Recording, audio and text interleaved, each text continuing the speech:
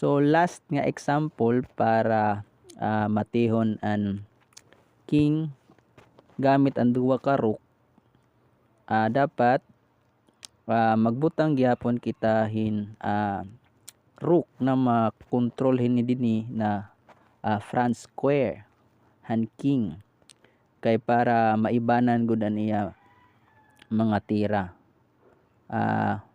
Kumbaga maibanan an posible na tirahan black king. So an aton bubuhaton is again pariyala mabutang kita hin rook hini dinhi. So makita ta na kung bumutang kita hin rook nga didi may the bishop capture la. So maibanan naton rook, dire pwede. Dire naton makuha aton technique. So kitaon lat naton an piyesa naton kontra. For example ini may didi bishop, so bawal kita tumira nga da. Bawal kita tumira nga dahin rook kay kakaunon la. So mga adto kita pikas na board o pikas na rook.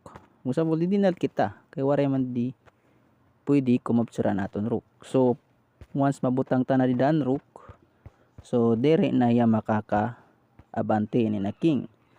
So ang posible na niya na matira is ini na bishops. So for example, kung madididi ang king, so may na kita didi rook. So singon ta bumalik didi ang king, so mati na, capture. Mati na ya. So another, for example, singon ta magmuble didi. Muble dida. Pag muble dida bawal kumaon didi an rook. Kay kung kumapture kita dida tabla. Kay waray naman posible na move and block. Kay adi nakapind na adi in king waray nakakatuan. So ang tawag ini stalemate. So tabla niya. So an aton bubuhaton pag sugad hito, diri kita magdali pagkaon ito ng bishop. Adila. Kung mga diya didi, sample nga dida, pwede kita mag-check nga di. Tapos aniya square na lang nakakatuan is adi. Yan na lang kay laos man ang power itong rook nga to. Loyo. So pag magmubi dida, pwede na kita didi tumirahin queen.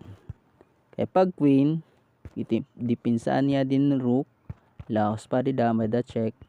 So mati na tiya kaya diliwat idio adilat na rook, so mati na tiya.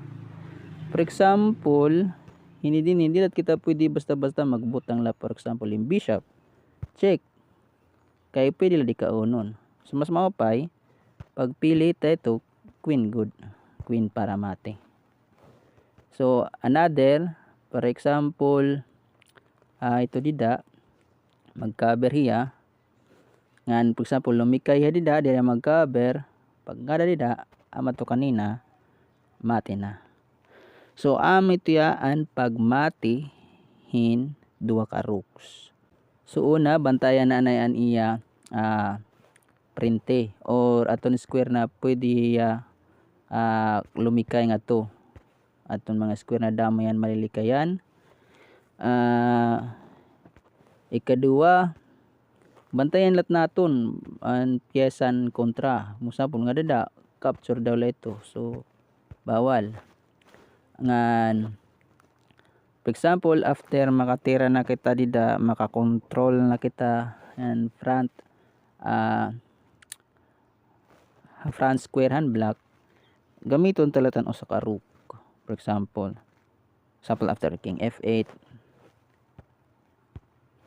tapos rook moves, sapon maglikay na dida mate. So once na conquer na naton o once na makuha na naton iniya, makontrol ta na aton printihan king kun hain damo na square na pwede ma-escape, gamiton ta na sunod an aton ikaduwa na rook.